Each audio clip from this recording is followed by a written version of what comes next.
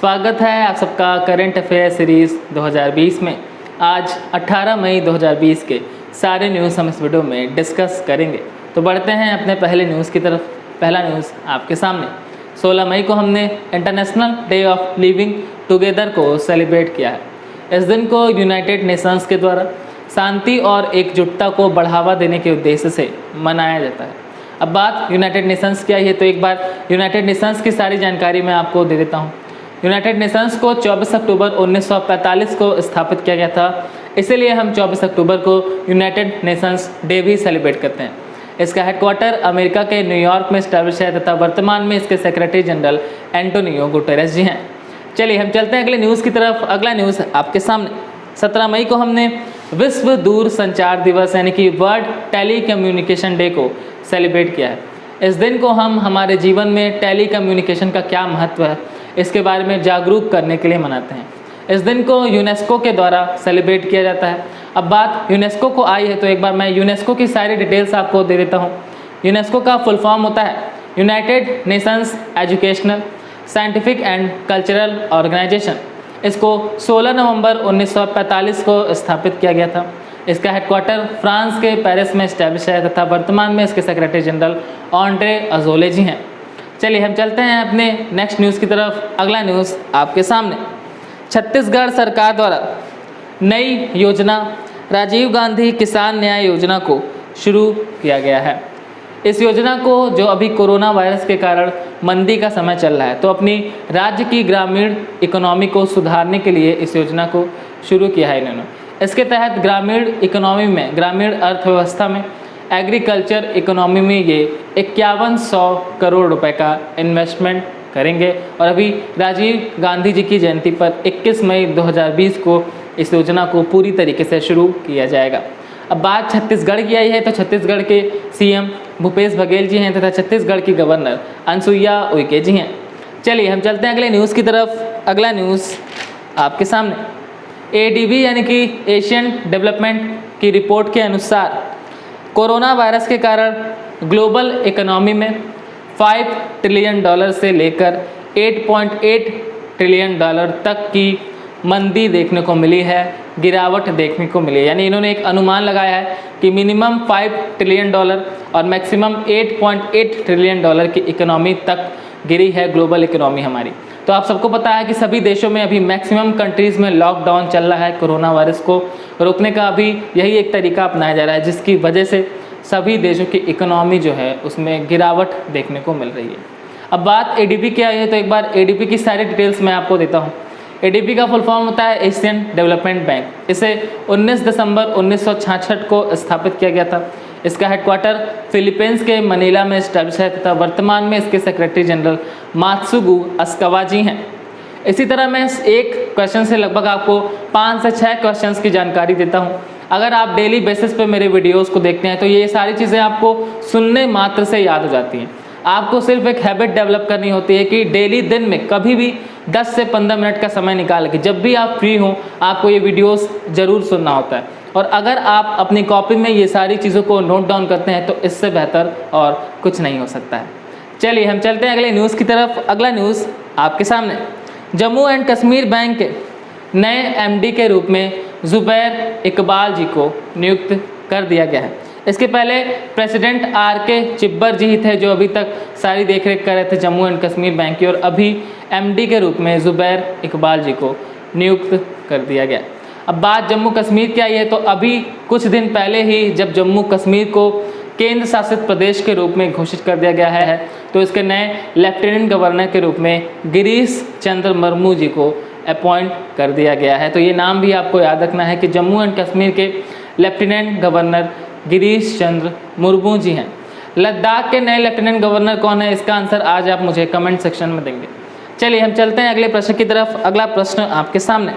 SCO यानी कि Shanghai corporation organisation के वर्चुअल सम्मेलन में हमारे विदेश मंत्री एस जयशंकर जी ने भाग लिया है। भाग लिया है यानी कि भाग लिया है, ना कि भाग लिया है, मतलब कि पार्टिसिपेट किया है। इस एससीओ मीटिंग की जो अध्यक्षता है वो रूस के द्वारा की गई है। रूस के विदेश मंत्री सरगेई लावरोवन ने इसकी प्रेसिडेंसी की है। अब बात SCO की आई है, तो एक बार SCO की मैं सारी डिटेल्स आपको दे देता हूँ। SCO का फुल फॉर्म है संघाई कॉरपोरेशन ऑर्गेनाइजेशन। आपकी जानकारी के लिए मैं बता दूं कि 2017 में पाकिस्तान और भारत दोनों देश SCO में शामिल हुए हैं। SCO का हेडक्वार्टर बीजिंग में है। इसकी इस्टेब्लिशमेंट 15 जनवरी 2001 को हुई थी तथा वर्तमान में इसके सेक्रेटरी जनरल व्लादिमीर नेरेव हैं। चलिए हम चलते हैं अगले न्यूज़ की तरफ। अगला न्यूज़ आपके सामने, UNWTO यानी कि United Nations world tourism organization की रिपोर्ट के अनुसार 2020 की पहली तिमाही में पर्यटन क्षेत्र में यानी कि टूरिज्म सेक्टर में 22% तक की गिरावट दर्ज की गई है। आप सबको पता है कि ऐसा कोरोना वायरस के कारण हुआ है, किसी को कहीं जाने की अभी अनुमति नहीं है, जिसके कारण टूरिज्म सेक्टर में पहली तिमाही में 2020 में 22% की गिरावट देखी गई। और अगर इन्होंने अपनी रिपोर्ट में 2019 से कंपेयर किया है तो इसमें ये बता रहे हैं कि लगभग 60 से 80% तक की गिरावट देखने को मिल रही है 2019 के कंपैरिजन में पर्यटन क्षेत्र में। अब बात UNWTO की आई है, तो इसका फुल फॉर्म मैंने आपको बता दिया। इसके हेडक्वार्टर से सवाल बनता है, तो इसका हेडक्वार्टर स्पेन के मैड्रिड में इस्टेब्लिश है। चलिए हम चलते हैं अगले प्रश्न की तरफ। अगला प्रश्न आपके सामने, FAO यानी कि the food and agriculture organization की report global forest resources assessment 2020 के अनुसार वन हानि घटकर 10 मिलियन हेक्टेयर हो गई है 2015 से लेकर 2020 के बीच में। जबकि बात करें 2010 से 2015 के बीच में तो ये 12 मिलियन हेक्टेयर थी और अभी 2 मीटर हेक्टेयर की कमी देखने को मिली है। अब बात कर लें FAO की, तो इसका हेडक्वार्टर जो है वो इटली के रोम में इस्टेब्लिश है। चलिए हम चलते हैं अगले प्रश्न की तरफ। अगला प्रश्न आपके सामने, भारत सरकार ने ministry of fisheries, animal husbandry और डेयरी मिनिस्ट्री के लिए, यानी कि अगर मैं हिंदी में कहूँ तो मत्स्य पालन, पशुपालन और डेयरी उद्योग मंत्रालय के लिए एक नई इंटरेस्ट सबवेंशन स्कीम को शुरू किया है। इसके तहत केंद्र सरकार ने 100 करोड़ रुपए को एलोकेट किया है, आवंटित किया है। और इसमें इन्होंने कहा है कि इन क्षेत्रों में जो भी बिजनेसमैन या जो भी किसान या जो भी इंसान काम करना चाहते हैं उनको मात्र 2% की ब्याज दर पर लोन प्रोवाइड कराया जाएगा। यहाँ से क्वेश्चन ये बनता है कि वर्तमान में हमारे पशुपालन मिनिस्ट्री कौन है, यानी डेयरी उद्योग के मिनिस्ट्री कौन है, तो डॉक्टर गिरिराज सिंह वर्तमान में हमारे पशुपालन मिनिस्ट्री हैं। चलिए हम चलते हैं अगले न्यूज़ की तरफ। अगला न्यूज़ आपके सामने, बांग्लादेश के साहित्यकार और प्रोफेसर अनी सुज्जमान जी का निधन हो गया। इन्हें 2014 में भारत सरकार के द्वारा पद्म भूषण सम्मान से सम्मानित किया गया था। अब बात बांग्लादेश की आई है, तो मैं बांग्लादेश की बात करूं। यहाँ की कैपिटल ढाका है, करेंसी टका है। बांग्लादेश की PM शेख हसीना है तथा बांग्लादेश के राष्ट्रपति अब्दुल हामिद जी हैं। चलिए हम चलते हैं अगले न्यूज़ की तरफ। अगला न्यूज़ आपके सामने, फेडरल बैंक ने ग्राहकों के सुविधा के लिए मनीग्राम पेमेंट सिस्टम के साथ टाई अप किया है। अब इस टाई अप से होगा क्या, इस टाई अप से जो NRI होते हैं यानी कि जो नॉन रेसिडेंट इंडियन होते हैं, यानी कि जो अप्रवासी भारतीय होते हैं, जो कि होते तो भारत के हैं पर वो रह किसी और देश में रह रहे हैं, उनको इंडिया में पैसे ट्रांसफ़र करने के लिए आसानी से ट्रांसफ़र हो जाएगा।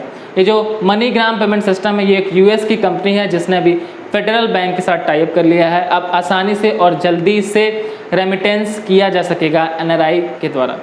मैं बात करूं फेडरल बैंक की, तो इसका हेडक्वार्टर केरल के अलुवा में इस्टेब्लिश है तथा वर्तमान में इसके MD श्याम श्रीनिवासन जी हैं। चलिए तो आज की सारी न्यूज़ हमने इस वीडियो में डिस्कस कर ली है। आई होप कि आप सबको बहुत ही अच्छे से समझ में आ रहा है। अब आज मेरा आपसे प्रश्न है कि आई फॉर इंडिया कैंपेन को किस संस्था के द्वारा शुरू किया गया है। आप सभी मुझे अपना आंसर कमेंट सेक्शन में ज़रूर दे सकते हैं। चलिए तब तक के लिए पढ़ते रहिए, खेलते रहिए और मुस्कुराते रहिए।